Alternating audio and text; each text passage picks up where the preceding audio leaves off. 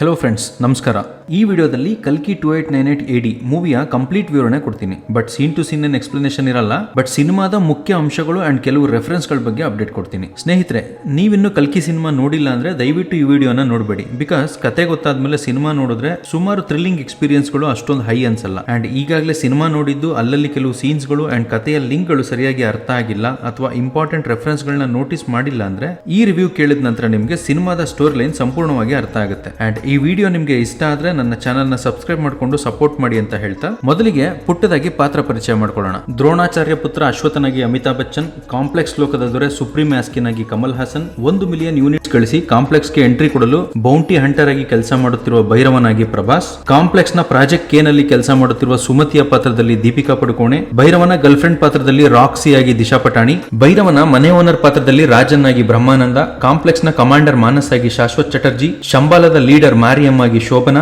ಶಂಬಾಲದ rebel ಪಾತ್ರಧಾರಿಗಳಾಗಿ Pashupati as ವೀರನ್, ಅನ್ನಾ ಬೆನ್ನೆ as Kaira, Harshit Reddy as ಲೂಕಿ, complex ನಲ್ಲಿರುವ ಶಂಬಾಲದ ಅಂಡರ್ ಕವರ್ ಏಜೆಂಟ್ ಪಾತ್ರದಲ್ಲಿ ಲಿಲ್ಲಿ ಆಗಿ ಕಾವ್ಯ ರಾಮಚಂದ್ರ, ಕಾಂಪ್ಲೆಕ್ಸ್ ನ ಕೌನ್ಸಲ್ ಬಾನಿ ಪಾತ್ರದಲ್ಲಿ ಅನಿಲ್ ಜಾರ್ಜ್ ಅಂಡ್ ಕಿಯಾ ನಾಯರ್ ಆಸ್ ರಾಯಾ ಇತ್ಯಾದಿ. ಇದರ ಜೊತೆಗೆ ಕ್ಯಾಮಿಯೋ ಪಾತ್ರಧಾರಿಗಳಾಗಿ ಕೃಷ್ಣನ ಪಾತ್ರದಲ್ಲಿ ಕೃಷ್ಣಕುಮಾರ್, ಮಹಾಭಾರತದ ಅರ್ಜುನನಾಗಿ ವಿಜಯ್ ದೇವರಕೊಂಡ, ಭೈರವನ ಗಾರ್ಡಿಯನ್ ಆಗಿ ದುಲ್ಕರ್ ಸಲ್ಮಾನ್, ಅಭಿಮನ್ಯುವಿನ ಹೆಂಡತಿ ಉತ್ತರೆ ಪಾತ್ರದಲ್ಲಿ ಮಾಳ್ವಿಕಾ ನಾಯರ್, ಗರ್ಭವತಿ ದಿವ್ಯಾಳ ಪಾತ್ರದಲ್ಲಿ ಮೃಣಾಲ್ ಠಾಕೂರ್, ಬೌಂಟಿ ಹಂಟರ್ ಆಗಿ Rajamouli, street food vendor Chintu ಆಗಿ ರಾಜಗೋಪಾಲ್ ವರ್ಮಾ ಎಕ್ಸೆಟ್ರಾ. ಹೀಗೆ ಕಲಾವಿದರ ದೊಡ್ಡ ಪಟ್ಟಿಯೇ ಇದೆ. ಇನ್ನ ಡೈರೆಕ್ಟ್ ಆಗಿ ಕತೆಗೆ ಬಂದ್ಬಿಡೋಣ. ಸಿನಿಮಾ ಶುರುವಾಗೋದು ಮಹಾಭಾರತದ ಸೀನ್ ನಿಂದ. ಮಹಾಭಾರತ ಕಾಲದ ಅಶ್ವತ್ಥಾಮನನ್ನು AI ಮೂಲಕ ಸೃಷ್ಟಿಸಿದ್ದಾರೆ. ಈತ ಪಾಂಡವರ ನಾಶಕ್ಕೆ ಬ್ರಹ್ಮಾಸ್ತ್ರವನ್ನ ಪ್ರಯೋಗಿಸ್ತಾನೆ. ಅದು ಅಭಿಮನ್ಯುವಿನ ಹೆಂಡತಿ ಉತ್ತರೆಯ ಹೊಟ್ಟೆಗೆ ಬಿದ್ದು ಇದರಿಂದ ಆಕೆಯ ಗರ್ಭದಲ್ಲಿರುವ ಶಿಶು ಅಸುನೀಗುತ್ತದೆ. ಇದರಿಂದ ಕೋಪಗೊಂಡ ಕೃಷ್ಣ ಅಶ್ವತ್ಥಾಮನನ್ನು ಪ್ರಶ್ನಿಸಿದಾಗ ಆತ ಕೃಷ್ಣನ ಮೇಲೆ ಪ್ರಹಾರವನ್ನು ಮಾಡುತ್ತಾನೆ. ಇದರಿಂದ ಕುಪಿತಗೊಂಡ ಕೃಷ್ಣ ಅಶ್ವತ್ಥಾಮನಿಗೆ ಸರಿಯಾಗಿ ಥಳಿಸಿ ಆತನ ಹಣೆಯಲ್ಲಿರುವ ಶಿವಮಣಿಯನ್ನು ಕಿತ್ತುಕೊಂಡು ನಿನ್ನ ದೇಹದಲ್ಲಾಗಿರುವ ಗಾಯಗಳು ವಾಸಿಯಾಗದಿರಲಿ ಹಾಗೂ ನಿನಗೆ ಸಾವೇ ಬರದಿರಲಿ ಎಂದು ಶಾಪವನ್ನ ನೀಡುತ್ತಾನೆ. ತನ್ನ ತಪ್ಪನ್ನು ಅರಿತ ಅಶ್ವತ್ಥಾಮ ಕೃಷ್ಣನಿಗೆ ಕೇಳ್ತಾನೆ ತನ್ನ ತಪ್ಪಿಗೆ ಪ್ರಾಯಶ್ಚಿತ ಆದ್ರೂ ಏನು ಅಂತ. ಅದಕ್ಕೆ ಕೃಷ್ಣ,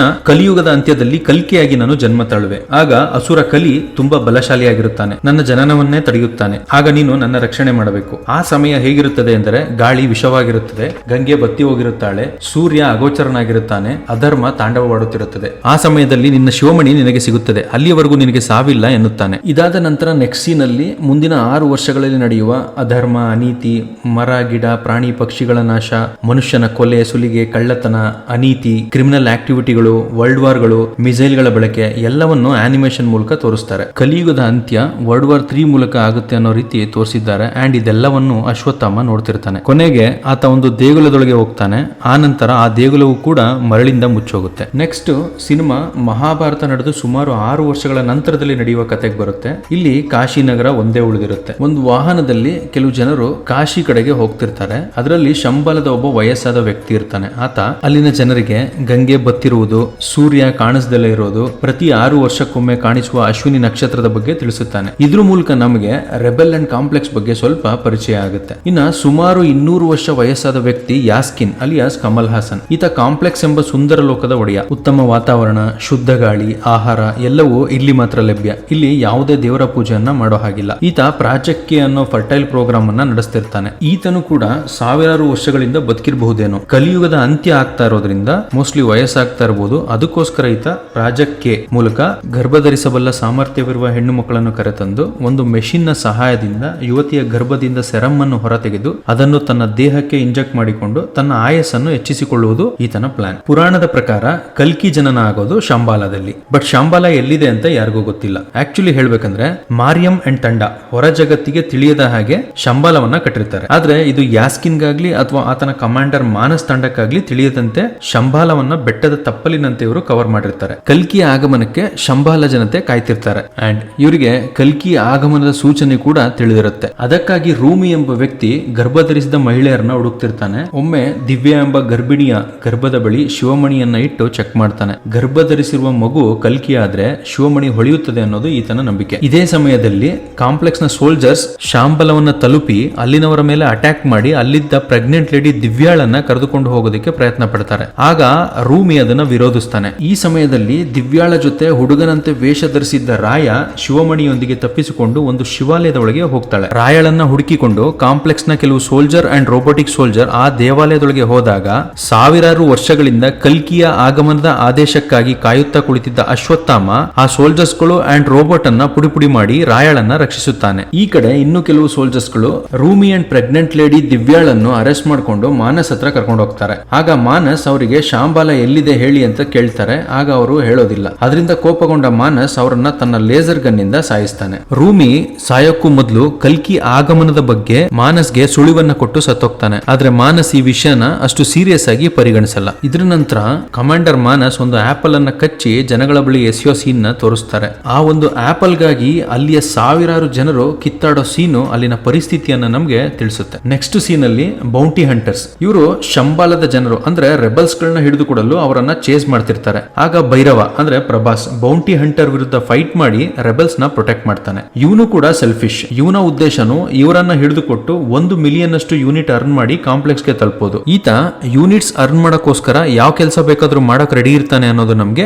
ಈ ಸೀನ್ ಮೂಲಕ ತಿಳಿಯುತ್ತೆ. ನೆಕ್ಸ್ಟ್ ಕಾಂಪ್ಲೆಕ್ಸ್ ಲೋಕದಲ್ಲಿ ಸುಪ್ರೀಂ ಯಾಸ್ಕಿನ್ ಆದೇಶದಂತೆ ಇನ್ಫರ್ಟೈಲ್ ಪ್ರೋಗ್ರಾಮ್ ಅಂದ್ರೆ ಪ್ರಾಜೆಕ್ಟ್ ಕೆ ನಡೀತಾ ಇರುತ್ತೆ. ಪ್ರಾಜೆಕ್ಟ್ ಕೆ ಅಂದ್ರೆ ಗರ್ಭಧರಿಸಬಲ್ಲ ಯುವತಿಯರನ್ನ ಕರ್ಕೊಂಡು ಬಂದು ಕಾಂಪ್ಲೆಕ್ಸ್ ಅಲ್ಲಿ ಒಂದು ಲ್ಯಾಬ್ ನಲ್ಲಿಟ್ಟು ಕೃತಕವಾಗಿ ಸೀಡಿಂಗ್ ಮಾಡಿ ಗರ್ಭಧರಿಸಿದ ಯುವತಿಯರನ್ನ ಉತ್ತಮವಾದ ಆಹಾರ ಮತ್ತೆ ಸೌಲಭ್ಯಗಳೊಂದಿಗೆ ನೋಡ್ಕೊಂತಿರ್ತಾರೆ. ಇಲ್ಲಿ ಯಾರೆಲ್ಲ ಯುವತಿಯರು ಫರ್ಟೈಲ್ ಚೆಕ್ ನಲ್ಲಿ ಪಾಸಿಟಿವ್ ಬಂದಿರ್ತಾರೋ ಅವರೆಲ್ಲ ಬಿಳಿ ಡ್ರೆಸ್ ಹಾಕಿರ್ತಾರೆ ಅಂಡ್ ನೆಗೆಟಿವ್ ಬಂದಿರೋ ಯುವತಿಯರು ಬ್ಲಾಕ್ ಡ್ರೆಸ್ ನಲ್ಲಿ ಪಾಸಿಟಿವ್ ಬಂದಿರೋರ ಆರೈಕೆ ಮಾಡ್ತಿರ್ತಾರೆ. ಇಲ್ಲಿ SUM-80 ಹೆಸರಿನ ದೀಪಿಕಾ ಪಡುಕೋಣೆ ಕೂಡ ಗರ್ಭಿಣಿಯರ ಆರೈಕೆ ಮಾಡ್ತಿರ್ತಾಳೆ. ಇಲ್ಲಿ 100ರಿಂದ 150 ದಿನ ದಾಟಿದ ಗರ್ಭಿಣಿಯರನ್ನ ಒಂದು ಮೆಷಿನ್ ಒಳಗೆ ಮಲಗಿಸಿ ಗರ್ಭದಿಂದ ಸೆರಮ್ ಅನ್ನ ತೆಗೆದು ಅದನ್ನ ಯಾಸ್ಕಿನ್ ದೊರೆಗೆ ಕೊಡ್ತಿರ್ತಾರೆ. ಆತ ಅದನ್ನ ತನ್ನ ದೇಹಕ್ಕೆ ಇಂಜೆಕ್ಟ್ ಮಾಡಿಕೊಂಡು ತನ್ನ ಶಕ್ತಿ ಅಂಡ್ ಆಯಸ್ಸನ್ನ ಹೆಚ್ಚಿಸಿಕೊಳ್ತಿರ್ತಾನೆ. ವಿಪರ್ಯಾಸ ಏನಂದ್ರೆ ಗರ್ಭಧರಿಸಿದ ಯಾವೊಂದು ಮಗುವು 91 ದಿನಗಳ ನಂತರ ಬದುಕ್ತಿರಲ್ಲ. ಬಟ್ ಯಾಸ್ಕಿನ್ಗೆ 155 ದಿನ ದಾಟಿದ ಗರ್ಭಿಣಿಯ ಸೆರಮ್ ಬೇಕಿರುತ್ತೆ. ಸೆರಮ್ ಎಕ್ಸ್ಟ್ರಾಕ್ಟ್ ಮಾಡೋ ಪ್ರೋಸೆಸ್ ಅಲ್ಲಿ ಗರ್ಭಿಣಿಯರು ಏನಾದ್ರೂ ಸತ್ರೆ ಅವರನ್ನ ಆ ಮೆಷಿನ್ ನಿಂದನೇ ಬೆಂಕಿಗೆ ಡಿಸ್ಕಾರ್ಡ್ ಮಾಡೋ ವ್ಯವಸ್ಥೆ ಕೂಡ ಇರುತ್ತೆ. ಒಮ್ಮೆ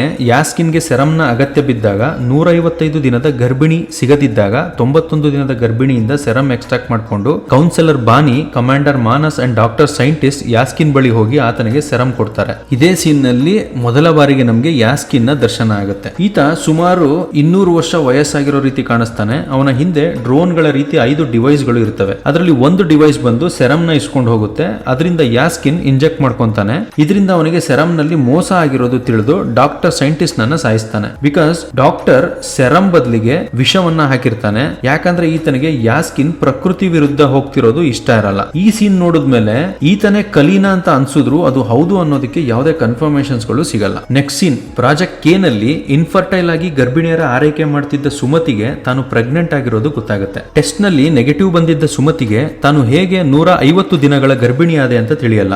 ಅಂಡ್ ಇದನ್ನ ಹೈಡ್ ಮಾಡಿ ತನ್ನ ಹೊಟ್ಟೆಯಲ್ಲಿರುವ ಮಗುವನ್ನು ಕಾಪಾಡೋಕೆ ಡಿಸೈಡ್ ಮಾಡ್ತಾಳೆ. ನಂತರ ರಾಜಗೋಪಾಲ್ ವರ್ಮನ ಕ್ಯಾಮಿಯೋ ಇದೆ. ಈತ ಒಬ್ಬ ಸ್ಟ್ರೀಟ್ ಫುಡ್ ವ್ಯಾಪಾರಿ. ಈತನ ಹೆಸರು ಚಿಂಟು. ಈತನಿಂದ ಭೈರವ 5K ಯೂನಿಟ್ ಕೊಟ್ಟು ಒಂದು ಮೊಟ್ಟೆಯನ್ನ ಖರೀದಿಸ್ತಾನೆ. 1 ಮಿಲಿಯನ್ ಯೂನಿಟ್ ಗಳಿಸಿ ಕಾಂಪ್ಲೆಕ್ಸ್ ಹೋಗಬೇಕೆನ್ನುವ ಭೈರವ ತಾನು ಗಳಿಸಿದ ಯೂನಿಟ್ಸ್ ನೆಲ್ಲ ಖರ್ಚು ಮಾಡಿಕೊಂಡು ಊರ್ನವ್ರ ಹತ್ರ ಎಲ್ಲ ಸಾಲ ಮಾಡಿಕೊಂಡು ತನ್ನ ಮನೆ ಓನರ್ಗೆ ಬಾಡಿಗೆ ಕೊಡದೆ ಸತಾಯಿಸ್ತಿರ್ತಾನೆ. ಇದಾದ ನಂತರ ಭೈರವನ ಬಾಲ್ಯದ ಸ್ಟೋರಿನ ತೋರಿಸ್ತಾರೆ. ಅವನು ಚಿಕ್ಕವನಿದ್ದಾಗ ಅವನ ತಂದೆ ತಾಯಿ ಈತನನ್ನ ಒಂದು ಬುಟ್ಟಿಯಲ್ಲಿಟ್ಟು ಬಿಟ್ಟೋಗಿರ್ತಾರೆ. ಆಗ ಒಬ್ಬ ಪೈಲಟ್ ಈತನನ್ನ ರಕ್ಷಿಸಿ ಕರೆದುಕೊಂಡು ಹೋಗಿ ಫೈಟಿಂಗ್ ಟ್ರೈನಿಂಗ್ ಅನ್ನ ಕೊಟ್ಟಿರ್ತಾನೆ. ಈ ಪೈಲಟ್ ಪಾತ್ರವನ್ನ ಮಲಯಾಳಂನ ನಟ ದುಲ್ಕರ್ ಸಲ್ಮಾನ್ ನಿರ್ವಹಿಸಿದ್ದಾರೆ. ಈತ ಭೈರವನನ್ನ ರಕ್ಷಿಸಿ ತರಬೇತಿ ನೀಡಿದ್ರು ಕೂಡ ಕಾಂಪ್ಲೆಕ್ಸ್ ಗೆ ಹೋಗೋ ಆಸೆಯಿಂದ ಇವನನ್ನ ಮಾರೋ ಪ್ಲಾನ್ ಮಾಡಿರ್ತಾನೆ. ಇದಕ್ಕೂ ಮೊದಲೇ ಬುದ್ಧಿವಂತ ಭೈರವ ತನ್ನ ಗುರುವನ್ನೇ ರೈಡರ್ ಗೆ ಹಿಡಿದುಕೊಟ್ಟಿರ್ತಾನೆ. ಇಲ್ಲಿ ನಾವು ಒಂದು ಇಂಪಾರ್ಟೆಂಟ್ ವಿಷಯವನ್ನ ಗಮನಿಸಬೇಕು. ಮಹಾಭಾರತದಲ್ಲಿ ಸೂರ್ಯದೇವ ಕರ್ಣನನ್ನು ಕುಂತಿಗೆ ಕೊಟ್ಟಾಗ ಆಕೆ ಮದುವೆ ಆಗದೆ ಮಗುವನ್ನ ಹೇಗೆ ಸಾಕ್ಲಿ ಅಂತ ಹೆದರಿ ಆ ಮಗುವನ್ನು ಒಂದು ಬುಟ್ಟಿಯಲ್ಲಿಟ್ಟು ನದಿಯಲ್ಲಿ ತೇಲಿ ಬಿಟ್ಟಿರ್ತಾಳೆ. ನಂತರ ಆ ಮಗು ಅಧಿರಥ ಅಂಡ್ ರಾಧಾ ದಂಪತಿಗೆ ಸೇರುತ್ತೆ. ಇಲ್ಲೂ ಕೂಡ ಹಾಗೆ ಭೈರವನ ಬಾಲ್ಯವನ್ನ ಮಹಾಭಾರತದ ಕರ್ಣನ ಹುಟ್ಟಿಗೆ ಹೋಲಿಸಿ ಸಿನಿಮಾದ ಮಧ್ಯದಲ್ಲೇ ಭೈರವ ಕರ್ಣ ಎಂದು ರೆಫರೆನ್ಸ್ ಅನ್ನ ಕೊಟ್ಟಿದ್ದಾರೆ. ಹಾಗಾದ್ರೆ ಭೈರವನ ಗುರು ಪೈಲಟ್ ಪರಶುರಾಮನ? ಇದನ್ನ ನಾನು ನನ್ನ ಮುಂದಿನ ವಿಡಿಯೋ ಕಲ್ಕಿ ಹಿಡನ್ ಸೀಕ್ರೆಟ್ ಡಿಕೋಡಿಂಗ್ ಎಪಿಸೋಡ್ ನಲ್ಲಿ ಹೇಳ್ತೀನಿ. ಮುಂದೆ ಭೈರವನ ಗೆಳತಿ ರಾಕ್ಸಿಯ ಪಾತ್ರ ಬರುತ್ತೆ ಅಂಡ್ ಈಕೆಯನ್ನ ತುಂಬಾ ಗ್ಲಾಮರಸ್ ಆಗಿ ತೋರಿಸಿದ್ದಾರೆ. ಈಕೆಗೆ ಕಾಂಪ್ಲೆಕ್ಸ್ ನಲ್ಲಿ ಕೆಲಸ ಸಿಗುತ್ತೆ. ಈಕೆಯ ಸಹಾಯದಿಂದ ಭೈರವ ಕೂಡ ಕಾಂಪ್ಲೆಕ್ಸ್ ಲೋಕವನ್ನು ನೋಡುವ ಆಸೆಯನ್ನ ವ್ಯಕ್ತಪಡಿಸ್ತಾನೆ. ಸೊ ಇವನಿಗೆ ಕಾಂಪ್ಲೆಕ್ಸ್ ನಲ್ಲಿ 1 ಗಂಟೆ ಇರಲು ಪ್ರವೇಶ ದೊರೆಯುತ್ತೆ. ಈ ಸೀನ್ ನಲ್ಲಿ ಕಾಂಪ್ಲೆಕ್ಸ್ ಲೋಕವನ್ನ ಜೀವನವನ್ನ ಅದ್ಭುತವಾಗಿ ತೋರಿಸಿದ್ದಾರೆ. ಸುಂದರವಾದ ವಾತಾವರಣ, ಶುದ್ಧ ಗಾಳಿ, ಹಣ್ಣು ಹಂಪಲು, ಶ್ರೀಮಂತ ಜನರು ಎಕ್ಸೆಟ್ರಾ. ಇಲ್ಲಿ ಒಂದ್ ವಿಷಯ ಹೇಳಲೇಬೇಕು, ಮೋಸ್ಟ್ಲಿ ನೀವು ನೋಟಿಸ್ ಮಾಡಿರ್ತೀರಾ, ಕಾಂಪ್ಲೆಕ್ಸ್ ಲೋಕವನ್ನ ಪ್ರೆಸೆಂಟ್ ಮಾಡುವಾಗ ಕವಾಯಿ ಓ ಪಕ್ಷಿಯ ಧ್ವನಿ ಇದೆ. ಈ ಸಂತತಿ ಈಗ ಇಲ್ಲ. ಮೂಲಗಳ ಪ್ರಕಾರ ಆ ಧ್ವನಿ ಗಂಡು ಪಕ್ಷಿದು. ಅದು ಹೆಣ್ಣು ಪಕ್ಷಿಯನ್ನ ಆಕರ್ಷಿಸಲು ಹಾಡಿನ ರೂಪದಲ್ಲಿ ಕೂಗ್ತಾ ಇರುತ್ತೆ. ಬಹುಶಃ ಇದು 1987ರಲ್ಲಿ ರೆಕಾರ್ಡ್ ಮಾಡಿರೋ ಧ್ವನಿ. ನಂತರ ಅದರ ಸುಳಿವಿಲ್ಲ. ಈಗ ಇದು ಎಕ್ಸ್ಟಿಂಕ್ಟ್ ಅಂದ್ರೆ ಅವನತಿಯಾಗಿರ್ಬೇಕು. ಮುಂದಿನ ಸೀನ್ ನಲ್ಲಿ ಕಮಾಂಡರ್ ಮಾನಸ್ಗೆ ಆತನ ಸಹಚರನಿಂದ ಸುಮತಿ 150 ದಿನದ ಪ್ರೆಗ್ನೆಂಟ್ ಆಗಿರೋದು ಗೊತ್ತಾಗುತ್ತೆ. ಆಕೆಯನ್ನ ಸೆರಮ್ ಎಕ್ಸ್ಟ್ರಾಕ್ಟ್ ಮೆಷಿನ್ ಒಳಗೆ ಮಲಗಿಸಿ ಗರ್ಭದಿಂದ ಸೆರಮ್ ತೆಗೆಯಲು ಶುರು ಮಾಡ್ತಾರೆ. ಒಂದು ಡ್ರಾಪ್ ಸೆರಮ್ ಕಲೆಕ್ಟ್ ಮಾಡೋದ್ರೊಳಗೆ ಆ ಲ್ಯಾಬ್ ನ ಎಲೆಕ್ಟ್ರಿಸಿಟಿ ಶಾರ್ಟ್ ಆಗಿ ಮೆಷಿನ್ ಬ್ರೇಕ್ ಡೌನ್ ಆಗುತ್ತೆ. ಇದೇ ಸಮಯದಲ್ಲಿ ಕಾಂಪ್ಲೆಕ್ಸ್ ನ ಕೌನ್ಸಿಲರ್ ಬಾನಿಗೆ ಧನಸ್ಸು ಕಾಣಿಸುತ್ತೆ ಹಾಗೂ ವಾತಾವರಣ ಬದಲಾಗ್ತಾ ಇರೋದು ತಿಳಿಯುತ್ತೆ. ಅಂಡ್ ಶಿವನ ದೇವಾಲಯದಲ್ಲಿರುವ ಅಶ್ವತ್ಥಾಮನಿಗೆ ಮಹಾಭಾರತದ ವಿಜುವಲ್ಸ್ ಗಳು ನೆನಪಿಗೆ ಬರ್ತಿರ್ತವೆ. ಇಲ್ಲಿ ನಾವು ಒಂದು ರೆಫರೆನ್ಸ್ ನ ನೋಡಬಹುದು. ಧನಸ್ ಅಂದ್ರೆ ಗಾಂಡೀವ ಅಂದ್ರೆ ಅದೊಂದು ದಿವ್ಯ ಧನಸ್ಸು. ಈ ಧನಸ್ಸು ಬ್ರಹ್ಮನಿಂದ ಇಂದ್ರನಿಗೂ, ಇಂದ್ರನಿಂದ ವರುಣನಿಗೂ, ವರುಣನಿಂದ ಅಗ್ನಿಗೂ ಬಂತು. ಕಾಂಡವ ದಹನ ಸಮಯದಲ್ಲಿ ಅಗ್ನಿ ಅರ್ಜುನ ಮಾಡಿದ ಉಪಕಾರಕ್ಕೆ ಆತನಿಗೆ ಇದನ್ನ ಕೊಟ್ಟಿರ್ತಾನೆ. ಈ ಧನಸ್ಸು 2 ಅಕ್ಷಯ ಬತ್ತಳಿಕೆಗಳೊಂದಿಗೆ ಅರ್ಜುನನಿಗೆ ಪ್ರಾಪ್ತ ಆಗಿರುತ್ತೆ. ಈ ಕಾರಣದಿಂದಲೇ ಅವನನ್ನ ಗಾಂಡೀವಿ ಅಂತ ಕರೀತಾರೆ. ಮಹಾಭಾರತದ ಪ್ರಕಾರ ಗಾಂಡೀವವನ್ನು ಮಹಾಪ್ರಸ್ಥಾನದ ಸಮಯದಲ್ಲಿ ಅರ್ಜುನ ಇದನ್ನ ಸಮುದ್ರಕ್ಕೆ ಬಿಸಾಡಿರ್ತಾನೆ. ಸಿನಿಮಾದಲ್ಲಿ ಸಮುದ್ರ ಬತ್ತಿ ಹೋಗಿರೋ ಕಾರಣ ಕಾಂಪ್ಲೆಕ್ಸ್ ಟೀಮ್ಗೆ ಸಿಗುತ್ತೆ. ಆದ್ರೆ ಇದನ್ನ ಎತ್ತಿ ಹಿಡಿಯೋಕೆ ಯಾರಿಗೂ ಸಾಧ್ಯ ಆಗಲ್ಲ. ಕೌನ್ಸಿಲರ್ ಬಾನಿ ಒಮ್ಮೆ ಪ್ರಯತ್ನಿಸಿ ಹಾರಿ ಬೀಳುತ್ತಾನೆ. ಇದರಿಂದ ಈತನಿಗೆ ತಿಳಿಯುತ್ತೆ ಗಾಂಡೀವಾಗೆ ಈಗ ಶಕ್ತಿ ಬಂದಿದೆ, ಅಂದ್ರೆ ದೇವರುಗಳು ವಾಪಸ್ ಬರೋ ಸಮಯದ ಸೂಚನೆ ಅಂತ. ಈ ಕಡೆ ಸುಮತಿ ಮೆಷಿನ್ ನಿಂದ ಡೆಡ್ ಬಾಡಿಗಳು ಡಿಸ್ಕಾರ್ಡ್ ಆಗುತ್ತಿದ್ದ ರೂಟ್ ಮೂಲಕ ಜಾರಿದಾಗ ಮಧ್ಯದಲ್ಲಿ ಕಾಂಪ್ಲೆಕ್ಸ್ ನಲ್ಲಿರುವ ರೆಬಲ್ ನ ಅಂಡರ್ ಕವರ್ ಏಜೆಂಟ್ ಲಿಲ್ಲಿ ಸುಮತಿಯನ್ನ ಕಾಪಾಡಿ ಆಕೆಯನ್ನು ತಪ್ಪಿಸಿಕೊಳ್ಳಲು ಸಹಾಯ ಮಾಡುವುದರ ಜೊತೆಗೆ ಮುಂದೆ ನಮ್ಮವರು ನಿನ್ನನ್ನು ಕರೆದುಕೊಂಡು ಹೋಗಲು ಕಾಯುತ್ತಿದ್ದಾರೆ, ಹೋಗು ಎನ್ನುತ್ತಾಳೆ. ನೆಕ್ಸ್ಟ್ ಸೀನ್ ಅಲ್ಲಿ ಕಾಂಪ್ಲೆಕ್ಸ್ ಇಂದ ತಪ್ಪಿಸಿಕೊಂಡ ಸುಮತಿ ಮುಂದೆ ದಾರಿಯೆಲ್ಲ ಸಂಪೂರ್ಣವಾಗಿ ಬೆಂಕಿಯಿಂದ ಆವರಿಸಿಕೊಂಡಿರುತ್ತೆ. ಹಿಂದೆಯಿಂದ ಸುಮತಿಯನ್ನ ಹಿಡಿಯಲು ರೇಡರ್ಸ್ ಗಳು ಬರ್ತಾ ಇರ್ತಾರೆ. ಈಕೆ ಬೆಂಕಿಯೆಲ್ಲ ನಡೆದು ಹೋಗುತ್ತಾಳೆ. ಆದ್ರೆ ಅಗ್ನಿದೇವ ಈಕೆಗೆ ಸ್ವಲ್ಪನೂ ತಾಗದೆ ದಾರಿ ಮಾಡಿಕೊಡುತ್ತಾನೆ. ಇಲ್ಲಿ ನಾವು 2 ರೆಫರೆನ್ಸ್ ಗಳನ್ನ ನೋಡಬಹುದು. First one, Sumathi serum extract machine ಅಲ್ಲಿ ಇದ್ದಾಗ ಯಾಕೆ ಲ್ಯಾಬ್ ಶಾರ್ಟ್ ಆಯ್ತು, ಮೆಷಿನ್ ಯಾಕೆ ಬ್ರೇಕ್ ಡೌನ್ ಆಯ್ತು, ನನ್ನ ಪ್ರಕಾರ ಏನಿರ್ಬೋದು ಅಂತ ಮುಂದಿನ break down and hidden decoding episode ಅಲ್ಲಿ ಹೇಳ್ತೀನಿ. ಸೆಕೆಂಡ್ ರೆಫರೆನ್ಸ್, ಸುಮತಿಗೆ ಯಾಕೆ ಬೆಂಕಿ ತಗಲಿಲ್ಲ. ಇಲ್ಲಿ ನಾವು ಮಹಾಭಾರತದ ಎಳೆಯನ್ನ ನೆನಪಿಸ್ಕೊಬಹುದು. ಅಂದ್ರೆ ಈಕೆ ಗರ್ಭದಲ್ಲಿರೋದು ಕೃಷ್ಣನ ಅವತಾರ ಕಲ್ಕಿನ. ಎಸ್, ಸಿನಿಮಾ ನರೇಷನ್ ಇದನ್ನ ಕನ್ಫರ್ಮ್ ಮಾಡುತ್ತೆ. ಅಶ್ವತ್ಥಾಮ ಇದ್ದ ದೇವಸ್ಥಾನದಲ್ಲಿ ಶಿವನ ತಲೆ ಮೇಲೆ ತೊಟ್ಟಿಕ್ಕುತ್ತಿದ್ದ ಗಂಗೆ ಆವಿಯಾಗಿ ಹೋಗುತ್ತೆ. ಅಂಡ್ ಆತನ ಪಕ್ಕದಲ್ಲಿದ್ದ ರಾಯಾಳ ಬಳಿ ಇದ್ದ ಮಣಿ ಪ್ರಜ್ವಲಿಸಲು ಶುರು ಮಾಡುತ್ತೆ. ಇದರಿಂದ ಕಲ್ಕಿಯ ಆಗಮನದ ಸಮಯ ಸಮೀಪಿಸುತ್ತಿದೆ ಅನ್ನೋದು ಅಶ್ವತ್ಥಾಮನಿಗೆ ತಿಳಿಯುತ್ತೆ. ರಾಯಾಳ ಬಳಿ ಇರುವ ಮಣಿಯನ್ನ ತನ್ನ ಹಣೆಗೆ ಅಂಟಿಸಿಕೊಂಡ ನಂತರ ಆತನ ದೇಹದಲ್ಲಿರುವ ಗಾಯಗಳೆಲ್ಲ ಮಾಯವಾಗಿ ಎನರ್ಜಿ ಟ್ರಾನ್ಸ್ಫಾರ್ಮ್ ಆಗಿ ತುಂಬಾ ಪವರ್ಫುಲ್ ಆಗ್ತಾನೆ ಅಶ್ವತ್ಥಾಮ. ಇದೇ ಸಮಯದಲ್ಲಿ ಭೈರವ ಒಂದು ಬಾರಲ್ಲಿ ಇರ್ತಾನೆ. ಆಗ ಒಂದು ಬಲವಾದ ಸಿಡಿಲು ಬಡಿದು ಕಲ್ಲಿನ ರೀತಿ ಒಂದು ವಸ್ತು ಬೀಳುತ್ತೆ. ಅದನ್ನ ತನಗರಿವಿಲ್ಲದಂತೆ ತಕ್ಷಣ ತಡೆದು ನಿಲ್ಲಿಸ್ತಾನೆ. ಇದು ನೋಡೋಕೆ ಒಂದು ಕಡೆ ಚಕ್ರದಂತೆ, ಇನ್ನೊಂದೆಡೆ ದೇವರ ವಿಗ್ರಹದಂತೆ ಕಾಣುತ್ತೆ. ಇದನ್ನ ಮಹಾಭಾರತದ ಯುದ್ಧದ ಸಮಯದಲ್ಲಿ ಕರ್ಣನ ರಥದ ಚಕ್ರ ಮಣ್ಣಲ್ಲಿ ಹೂತೋಗೋ ಸೀನ್ಗೆ ರೆಫರ್ ಮಾಡಬಹುದು. ಈ ಸನ್ನಿವೇಶವನ್ನ ನೋಡಿದವರಲ್ಲೊಬ್ಬರು ಕಾಶಿಗೆ ದೇವರು ಮತ್ತೆ ಬಂದ ಎಂದು ಕೂಗುತ್ತಾರೆ. ಇದರಿಂದ ಭೈರವನೇ ಕರ್ಣ ಅನ್ನೋದು ನಮ್ಮೆಲ್ಲರಿಗೂ ಅರ್ಥ ಆಗುತ್ತೆ. ಮುಂದಿನ ಸೀನ್ ನಲ್ಲಿ ಬುಜ್ಜಿಯಿಂದ ಸುಮತಿಯನ್ನ ಹಿಡಿದು ಕೊಟ್ರೆ 1 ಮಿಲಿಯನ್ ಯೂನಿಟ್ ಸಿಗುತ್ತೆ ಅಂತ ಕಮಾಂಡರ್ ಮಾನಸ್ ಅನೌನ್ಸ್ ಮಾಡಿರೋದು ಭೈರವನಿಗೆ ತಿಳಿದು ಸುಮತಿಯನ್ನ ಹಿಡಿಯಲು ತನ್ನ ಬಳಿ ಉಳಿದಿದ್ದ ಯೂನಿಟ್ಸ್ ನೆಲ್ಲ ಖರ್ಚು ಮಾಡಿ ಬುಜ್ಜಿ ವೆಹಿಕಲ್ ಅನ್ನ ರೆಡಿ ಮಾಡಿಕೊಂಡು ಹೊರಡುತ್ತಾನೆ. ಅಷ್ಟರಲ್ಲಿ ಶಂಬಲದ ರೆಬಲ್ಸ್ ವೀರ ಅಂಡ್ ಕೈರಾ ಸುಮತಿಯನ್ನ ತನ್ನ ಟ್ರಕ್ ನಲ್ಲಿ ಕರೆದುಕೊಂಡು ಬರ್ತಿರ್ತಾರೆ. ಆಗ ಬೌಂಟಿ ಹಂಟರ್ಸ್ ಅಟ್ಯಾಕ್ ಮಾಡ್ತಾರೆ. ಅವರಿಂದ ಸುಮತಿಯನ್ನ ರಕ್ಷಿಸಲು ವೀರ ಅಂಡ್ ಕೈರಾ ಹಂಟರ್ ಜೊತೆ ಹೋರಾಡ್ತಾರೆ. ಕಾರಣ ಅವ್ರಿಗೆ ಚೆನ್ನಾಗಿ ಗೊತ್ತು ಸುಮತಿಯ ಗರ್ಭದಲ್ಲಿರೋದು ಕಲ್ಕಿ ಅಂತ. ಈ ಕಾಳಗದಲ್ಲಿ ಕೈರಾ ಪಾಪ ಸಾವನ್ನಪ್ತಾಳೆ. ನಂತರದ ಸೀನ್ ನಲ್ಲಿ ಅಶ್ವತ್ಥಾಮ ಸುಮತಿ ಇರುವ ಟ್ರಕ್ ಬಳಿ ತಲುಪಿ ಆಕೆಯನ್ನು ಬೌಂಟಿ ಹಂಟರ್ಸ್ ನಿಂದ ರಕ್ಷಿಸುವ ಹೊತ್ತಿಗೆ ಭೈರವ ಎಂಟ್ರಿ ಕೊಡ್ತಾನೆ. 8 ಅಡಿ ಎತ್ತರದ ಅಶ್ವತ್ಥಾಮನೊಂದಿಗೆ ಭೈರವ ತನ್ನ ಬಳಿ ಇರುವ ಹಾಲೋಗ್ರಾಮ್ ಅನ್ನು ಬಳಸಿ ಆತನನ್ನು ಮಣಿಸಲು ಯತ್ನಿಸಿದ್ರು ಏನು ಪ್ರಯೋಜನ ಆಗದೆ ಅಶ್ವತ್ಥಾಮನ ಎದುರು ಆತ ಪರಾಭವಗೊಳ್ತಾನೆ. ನಂತರ ಅಶ್ವತ್ಥಾಮ ಸುಮತಿಯನ್ನ ಸುರಕ್ಷಿತವಾಗಿ ಶಂಬಾಲಾಗೆ ಕರೆದು ತರ್ತಾನೆ. ಅಷ್ಟರಲ್ಲಾಗಲೇ ಅಶ್ವತ್ಥಾಮನಿಂದ ಹೊಡೆಸಿಕೊಂಡಿದ್ದ ಹಂಟರ್ ಸುಮತಿ ಅಂಡ್ ಮುದುಕ ಅಶ್ವತ್ಥಾಮನ ವಿಷಯವನ್ನ ಕಮಾಂಡರ್ ಮಾನಸ್ಗೆ ತಿಳಿಸಿರ್ತಾನೆ. ಈ ವಿಷಯವನ್ನ ಕಮಾಂಡರ್ ಮಾನಸ್ ಕೌನ್ಸಿಲರ್ ಬಾನಿಗೆ ತಿಳಿಸಿದಾಗ ಅವನಿಗೆ ಅರ್ಥ ಆಗುತ್ತೆ ಏನಾಗ್ತಾ ಇದೆ ಅನ್ನೋದು. ಆ ಮುದುಕ ಮತ್ತಾರು ಅಲ್ಲ, ಆತ ಅಶ್ವತ್ಥಾಮ. ಅಂಡ್ ಈ ಧನಸ್ಸಿಗೆ ಈಗ ಶಕ್ತಿ ಬಂದಿದೆ. ಯಾಕಂದ್ರೆ ಕಲ್ಕಿಯ ಆಗಮನ ಅಂಡ್ ಕಲಿಯುಗದ ಅಂತ್ಯ ಸಮೀಪಿಸುತ್ತಿದೆ. ಅದರ ಸೂಚನೆಗಳೇ ಸೂರ್ಯ ಕಾಣಿಸ್ದಲೇ ಇರೋದು, ಅಶ್ವಿನಿ ನಕ್ಷತ್ರ ಗೋಚರಿಸ್ತಾ ಇರೋದು, ಗಂಗೆ ಬತ್ತಿ ಹೋಗಿರುವುದು.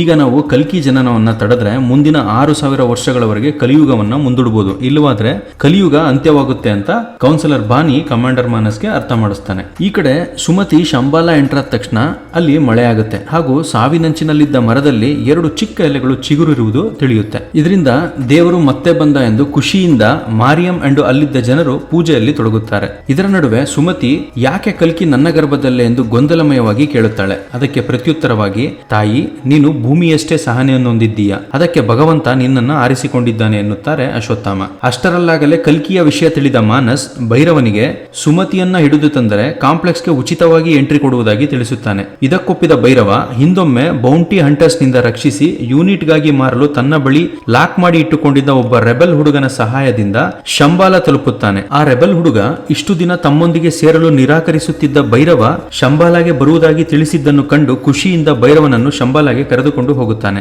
ಆದರೆ ಭೈರವ ಶಂಬಾಲ ತಲುಪಿದ ನಂತರ ಸಹಾಯ ಮಾಡಿದ ರೆಬೆಲ್ ಹುಡುಗನನ್ನು ಹಾಗೂ ಸೆಕ್ಯೂರಿಟಿ ಗಾರ್ಡ್ ಅನ್ನು ಸಾಯಿಸುತ್ತಾನೆ. ಅಷ್ಟರಲ್ಲಿ ಕಮಾಂಡರ್ ಮಾನಸ್ ಅಂಡ್ ಟೀಮ್ ಕೂಡ ಶಂಬಾಲವನ್ನು ತಲುಪ್ತಾರೆ. ಶಂಬಾಲವನ್ನು ಕಂಡುಹಿಡಿಯಲು ಸಾಧ್ಯವಾಗಿದ್ದು ಹಿಂದೊಮ್ಮೆ ಸುಮತಿಯನ್ನು ಕ್ಯಾಚ್ ಮಾಡಲು ಹಂಟರ್ಸ್ ವೀರನ್ನ ಟ್ರಕ್ ನ ಅಟ್ಯಾಕ್ ಮಾಡಿದಾಗ ಆತನ ಟ್ರಕ್ ನಲ್ಲಿ ಟ್ರ್ಯಾಕರ್ ಡಿವೈಸ್ ಅನ್ನ ಹಾಕಿರ್ತಾರೆ. ಇದರ ಸಹಾಯದಿಂದನೇ ಮಾನಸ್ ಹಾಗೂ ತಂಡ ಶಂಬಾಲವನ್ನು ತಲುಪಿ ರೆಬಲ್ಸ್ ನೆದುರು ಫೈಟ್ಸ್ ಮಾಡಕ್ಕೆ ಶುರು ಮಾಡ್ತಾರೆ. ಈ ಸೆಣಸಾಟದ ಮಧ್ಯೆ ಸುಮತಿಯನ್ನು ರಕ್ಷಿಸುವ ಸಮಯದಲ್ಲಿ ಮಾರಿಯಂ ಕೂಡ ಸಾವನ್ನಪ್ಪುತ್ತಾಳೆ. ಇನ್ನೊಂದೆಡೆ ಅಶ್ವತ್ಥಾಮ ಅಂಡ್ ಭೈರವ ಹೊಡೆದಾಡುತ್ತಿರುತ್ತಾರೆ. ಈ ಹೊಡೆದಾಟದಲ್ಲಿ ಭೈರವ ಬುಜ್ಜಿಯನ್ನು ಫೈಟ್ಸ್ ಗೆ ಟ್ರಾನ್ಸ್ಫಾರ್ಮ್ ಮಾಡಿ ಬುಜ್ಜಿಯ ಸಹಾಯದಿಂದ ಅಶ್ವತ್ಥಾಮನನ್ನು ಸೋಲಿಸಲು ಪ್ರಯತ್ನಿಸಿದರು ಬಲಶಾಲಿ ಅಶ್ವತ್ಥಾಮ ಭೈರವನನ್ನು ಪ್ರಜ್ಞೆ ತಪ್ಪುವ ಹಾಗೆ ಹೊಡೆದು ಹಾಕುತ್ತಾನೆ. ನಂತರ ಕಮಾಂಡರ್ ಮಾನಸ್ ತನ್ನ ಎಲೆಕ್ಟ್ರಾನಿಕ್ ಉಪಕರಣದ ಮೂಲಕ ಅಶ್ವತ್ಥಾಮನನ್ನು ಬಂಧಿಸುತ್ತಾನೆ ಹಾಗೂ ಸುಮತಿಯನ್ನು ತನ್ನ ಯಂತ್ರದ ಮೂಲಕ ಕರೆದೊಯ್ಯುತ್ತಿರುತ್ತಾನೆ. ಈ ಸಮಯದಲ್ಲಿ ಶಂಬಾಲ ಮರದಲ್ಲಿ ಚಿಗುರಿದ್ದ ಎಲೆಗಳಲ್ಲಿ ಒಂದು ಎಲೆ ಅಶ್ವತ್ಥಾಮನ ಕೋಲಿನ ಮೇಲೆ ಬಿದ್ದು ಆ ಕೋಲು ಭೈರವನ ಕೈ ತಾಕುತ್ತದೆ. ತಕ್ಷಣ ಭೈರವನಿಗೆ ಸೂಪರ್ ಪವರ್ ಬರುತ್ತೆ.